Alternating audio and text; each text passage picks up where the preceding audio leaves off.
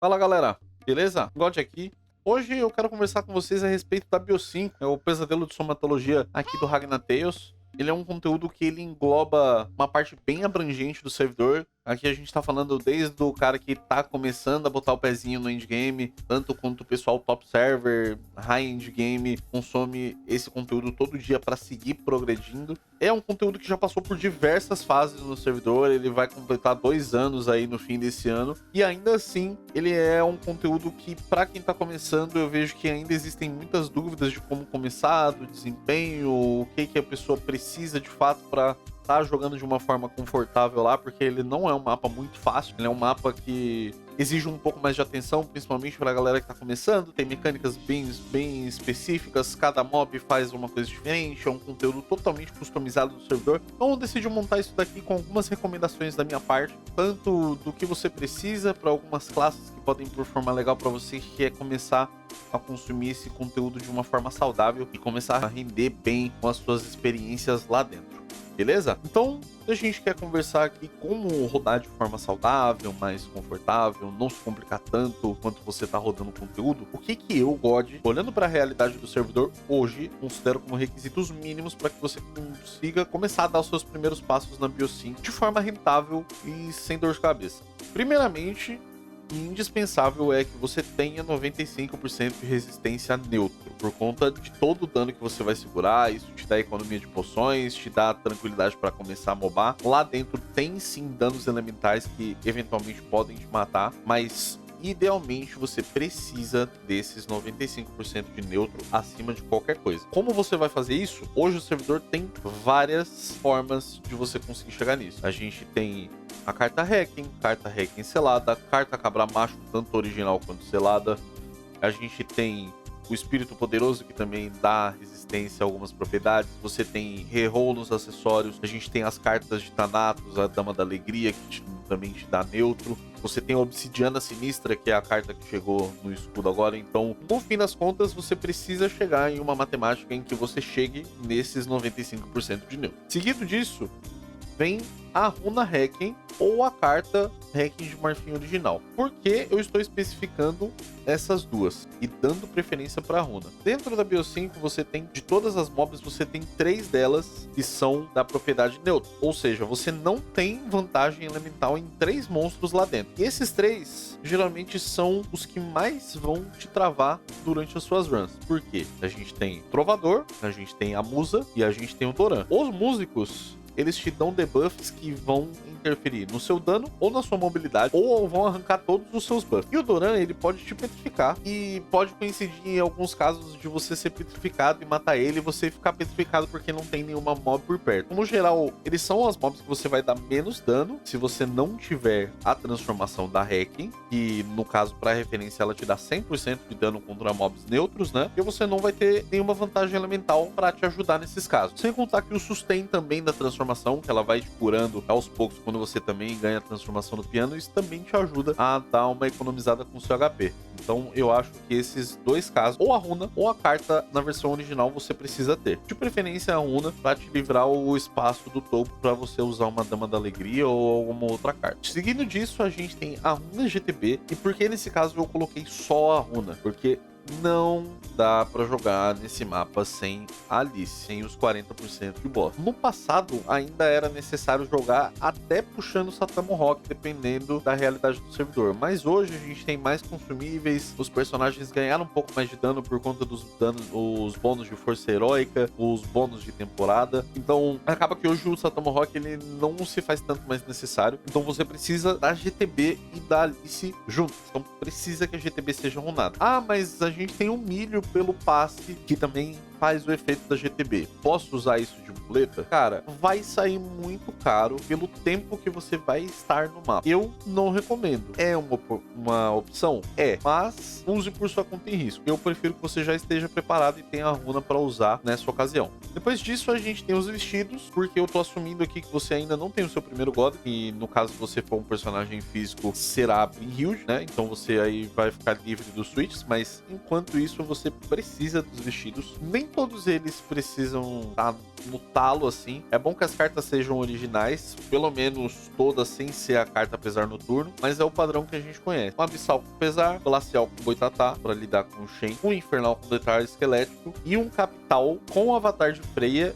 E se você não tiver Avatar de Freya, por favor, não use Avatar de Freya selada. Tem que ser original. Se você não tiver original, use uma segunda Pesar Noturno. Vai ser a melhor opção para que você possa lidar com as mobs, porque é um mapa que você precisa estar ali um dia com suítes de vestido, com jogar abusando de todas as vantagens elementais o tempo inteiro. Principalmente o quão mais fraco você estiver, mais a risca você vai precisar respeitar o uso de suítes e de estar olhando ali sempre o elemento, batendo na melhor vantagem que você puder a maior parte do tempo. Também com isso é imprescindível que você tenha as suas runas da Bio4 e da Bio5 disponíveis da sua build. Elas são o coração da sua build e ali é onde você vai precisar desempenhar o máximo possível, porque ele é um mapa em que a produtividade que você tem no mapa vai ser dita da qualidade dos seus equipamentos com a qualidade da sua gameplay lá dentro. É um mapa que, assim como o restante do servidor, ele precisa ser aprendido também. Existe uma dinâmica lá dentro e você vai aprender com o tempo, mas você precisa estar com seus equipamentos em dia, e essas runas não dá para abrir mão nesse cenário. Você precisa ter todas elas da sua build em questão. E aqui, falando um pouquinho mais exclusivamente do mapa, os seus bônus aleatórios, seja dos seus acessórios ou da sua arma, o mais indicado é que você tenha em ordem, olhando para essas raças, que seja primeiro lugar em Bruto, segundo lugar em Humanoide, terceiro em Demônio, visando a prioridade dos mobs que precisam ser mortos lá dentro. Bruto, para você lidar com o Shen, geralmente ele é sim o maior problema de quem tá consumindo conteúdo no começo, no meio e no fim. Ele sempre vai ser um dos grandes vilões aí do mapa. Humanoide, para você lidar bem com o Paladino, é o Guardião Real. Ele pode vir a ser um problema a depender do cenário, e também da Cécio. Ele é o monstro com a rangezinha maior, ela pode ter um dano um pouco pesado dependendo da situação ali pra você. Então é legal lidar com eles mais rápido. E Demônio para você lidar com a Gert, que ela pode ser um problema caso você não tenha proteção química. E com Eremes por conta do anti-magia. Então você poder espremer um pouquinho de dano a mais para poder lidar com ele melhor quando você trombar com ele é bem bacana. E de exclusividade para esse mapa a gente precisa ou de um acessório com linha de acessórios não podem ser removidos, ou o uso do pet criador Flamel. Ele dá esse mesmo bônus pra gente quando a gente recebe a proteção química. Você estando o pet Flamel equipado, ele te dá esse bônus aí de que os acessórios não podem ser removidos. Por quê? Porque a renegada do mapa, não contente em te dar remoção total, ela também remove seus acessórios. Isso é um baita problema. Você perde muito dano, dependendo da classe, você pode perder até uma runa que tá equipada ali. Você perde o seu combo com a sua serp também, e isso faz você perder bastante dano, então é imprescindível que você tenha isso. E, acima de tudo, por mais que tenha vindo por último, você precisa estar em um personagem de temporada. Por quê? Cara, você tem dano a mais, você tem porcentagem de drop adicional e, mais importante de tudo, justamente por conta dessa temporada em que a gente tá jogando, os personagens são balanceados pelas habilidades de temporada deles. É muito importante que você tenha a sua habilidade de temporada disponível a depender da classe que você está escolhendo para consumir esse conteúdo. Então, é bom para você tanto na parte da funcionalidade quanto na parte de drop e de dano no geral, porque ter um personagem de temporada, se você tá nesse ponto do jogo, não é para ser um problema. Beleza, então já que a gente passou pelos requisitos mínimos, você tá com um personagem que você tá começando a entrar no endgame agora, você não tem nenhum godly, não tem itens da expedição, tá realmente querendo começar a consumir o conteúdo e tá passando pela progressão para o endgame, o que eu recomendo para você escolher como classe, caso você queira um pouco mais de facilidade dentro do conteúdo. Em primeiro lugar, eu vou sempre colocar o MTK. O multi-hit do Calor Estelar é absurdo para questões de economia, com o Pergaminho do Corvo, para você economizar com poções. O multi-hit também é muito forte para você lidar com vários escudos mágicos que tem no conteúdo. A gente tem a Célia, a gente tem a Catrine e tem a própria Arcebispa ali, que elas dão bastante escudo mágico no conteúdo, e o multi-hit do MTK junto com o spam ali faz você não precisar lidar com isso com tanta frequência, você quebra muito rápido. Os elementos que você ganha de graça na brisa leve, por mais que você tenha que lidar com a animação da brisa para trocar de elemento, é muito forte também. Por mais que o pessoal no endgame prefira recorrer aos pergaminhos dourados mesmo no MTK, você ter isso de forma gratuita no começo da sua progressão é muito bacana porque é um gasto a menos para você colocar no seu dia a dia. Ele tem uma mobilidade muito bacana também, né, por conta do milagre. Então, no geral, ele é o top 1, assim, das classes para alguém que quer jogar BO5 e quer começar a progredir. Logo em seguida, a gente tem o WS. Já era uma classe que era bem indicada antigamente, antes dessa temporada, e agora passou a ser mais indicado porque ela te dá duas formas diferentes de jogar. Você pode jogar a moda antiga sem utilizar a X dourada, jogando no single target, né, no choque de carrinho ali, matando um por um, jogando de uma forma um pouquinho mais safe, aí você vai estar gastando menos, né, você tá idealmente entrando em mobs muito menores, e aí você pode jogar com a faceta do ferreiro, né, e aí você ainda vai ter uma economia de HP porque a fogueira ela vai te curando um pouquinho, o ferreiro te dá um pouquinho de dano também, ou você pode jogar com o superaquecimento, que daí vai te permitir mobar, é uma gameplay um pouquinho mais intuitiva pra dentro do mapa, mas aí você perde o benefício da reflexão do choque do carrinho, aí você vai precisar de uma X dourada, ou de uma poção do imperador,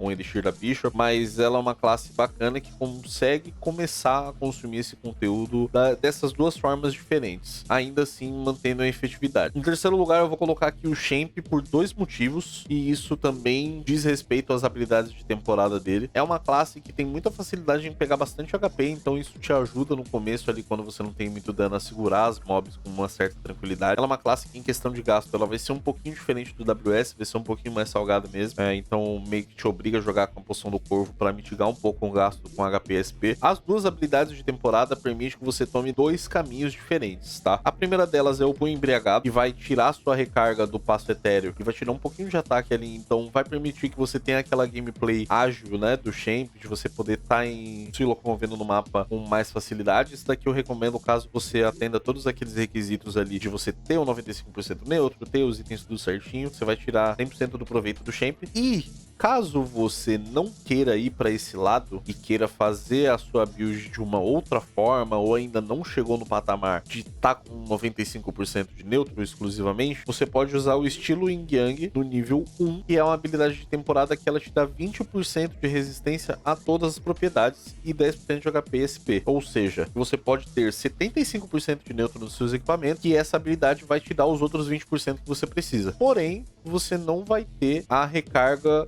do passo etéreo igual no punho embriagado. Então, será uma gameplay um pouco mais travada, vai ser um pouquinho até semelhante com o WS, mas você consegue cobrir o neutro com essa skill de temporada, o que pode ser bacana para um cara que tá começando, que talvez goste da classe e tal, e ainda não consiga colocar os 95% de neutro. Não consigo te dar uma referência de desempenho com essa faceta, mas é uma possibilidade que fique em aberto, até caso você queira investir em mais dano, mais cedo. E aí, nas classes mágicas, a gente tem o Super Aprendiz, isso olhando para a construção da Lança Gateira. Ele é um personagem bem parecido com o LK, mas uma versão mágica. Então é um boneco que apareceu com algumas construções diferentes. Tem a construção da Dádiva, o pessoal vai mais pro neutro.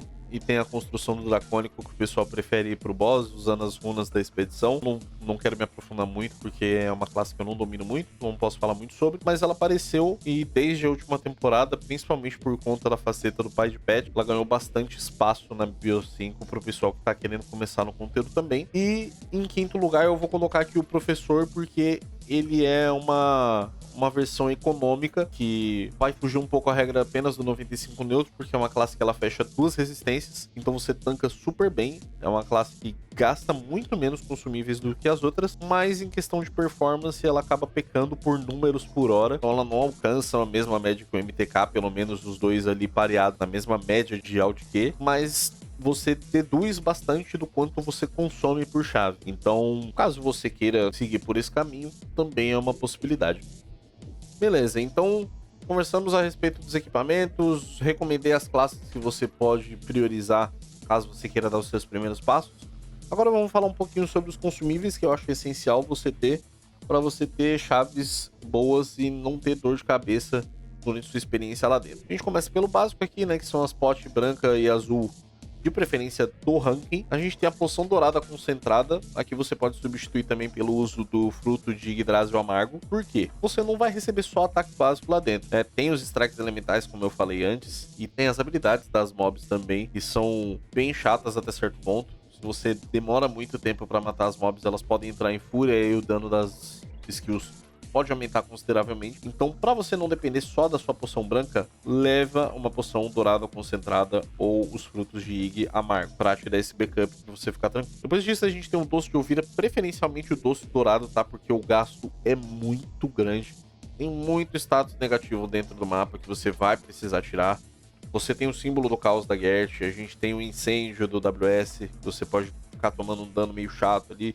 Tem hipotermia, que vai te dar um slow chato de lidar também. Tem o campo amaldiçoado do Shura, que é o principal, que pode já acabar com a sua run. Ferimento crítico também, que pode acabar com a efetividade das suas poções. Se você não tiver como, compra um doce de ouvira em quantidade, mas de preferência procure ter um doce de ouvira dourado, porque você vai consumir esse conteúdo praticamente todo dia se você estiver jogando com uma certa frequência. Conversores elementais e o removedor de elemento para você voltar a sua arma para o neutro. Não coloquei aqui especificamente o dourado, porque daí já é um gasto um pouco exorbitante comparado com outros consumíveis dourados. É uma coisa a se mirar no futuro. É muito legal, sim, mas tenha todos eles disponíveis: água amaldiçoada, aspersio, fantasma e o removedor, porque você precisa abusar da sua vantagem elemental lá dentro. Amuleto de Siegfried, como é importante para todos os conteúdos, e não é interessante você ficar voltando pro point, ir até o mapa lá do pesadelo somatologia e voltar pela entrada da instância. É importante que você reste